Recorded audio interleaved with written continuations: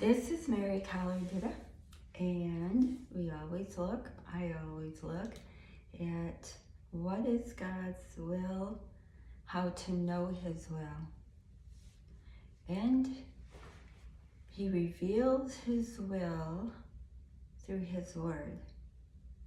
And I know that lots of people might, myself included, well, is it your will that I buy this or buy that, get this house or not, buy this car, do this work, have this job, marry this person? All of those things are important. And God says He will lead you. But the way He leads us is in the things that we do based on our character and on our heart and on the spirit that He gives within us. So today we're going to look at Luke chapter 17 verses 3 and 4. And Jesus is speaking and He says, "Be on your guard. If a brother sins, rebuke him. And if he repents, forgive him. And if he sins against you 7 times in a day, and returns to you 7 times saying, I repent, forgive him." Okay. He tells us, so this is Jesus, and it is His will that we be on our guard. And then He gives us a situation, a brother, and that means, a natural brother, a brother in the Lord, a co-believer. I think when Jesus, anyways, the point being is that if someone sins against you, if it's a brother, rebuke him. Okay? So someone sins against you, rebuke them. What does it mean to rebuke? It means to tell them, hey, you did this, and this is not right. That's a hard thing to do. If he repents, forgive him. So, someone has done something against you. Let's say it would be a good example.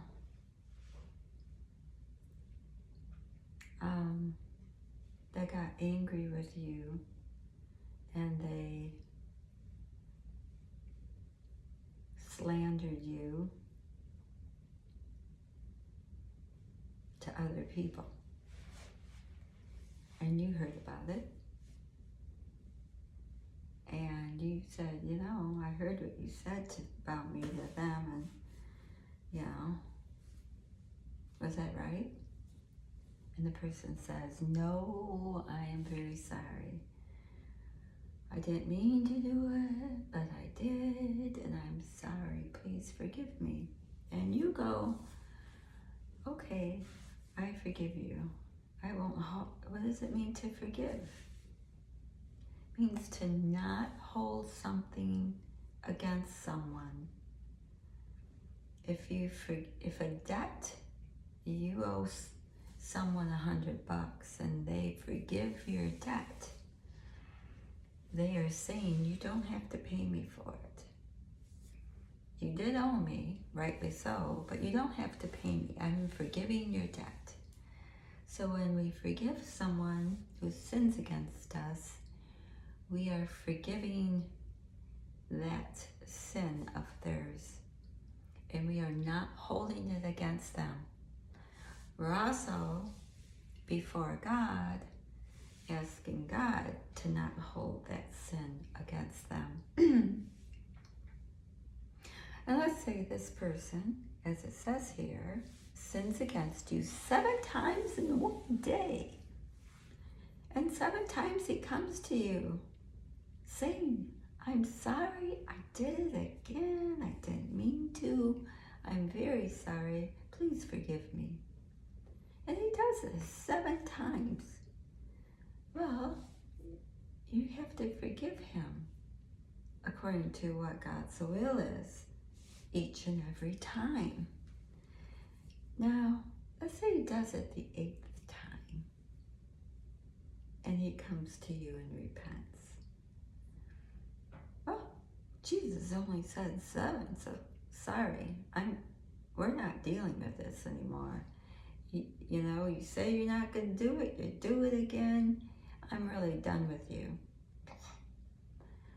You know, Jesus' point was that it doesn't matter how many times someone comes or does something against you and they are sorry and repent. You are obligated by the will of God to forgive them. He's making a picture here, you know, of himself and God, saying, if you sin against God and you repent, this is the beauty of this, because it's hard with us and people, and we can think that God's not going to forgive me. I did it again. I stumbled, I fell, and I sinned against him again, you know. I did it, and it's wrong, and it's some things that we might do against God are little, and some things are really big. But as long as we repent, we do not want to sin. And we go to him and we repent and say, I'm sorry, I did it again. Please forgive me and hold it not against me. Well, Jesus is obligated, and the Father is obligated by their own words to forgive you. That's the beauty of this. So, Jesus many times says, if you don't forgive your brother their sins, God will not forgive you. Forgiveness is paramount. Forgiveness is essential as a believer, because it is forgiveness that brings us into a relationship with God. And it's forgiveness that restores relationships between people, because we all fall and stumble in many ways, and even daily, and many times daily. So this is very key, is the spirit of forgiveness. You know, when we are baptized, when we become believers, we repent. So what does that word repent mean? Well, once again, it means to acknowledge that what you have done is not right. It's not holy. It's not righteous. It's wrong. It's maybe wicked, maybe evil, but it's a sin, and we repent of sins. And he forgives us, and he cleanses us from all unrighteousness.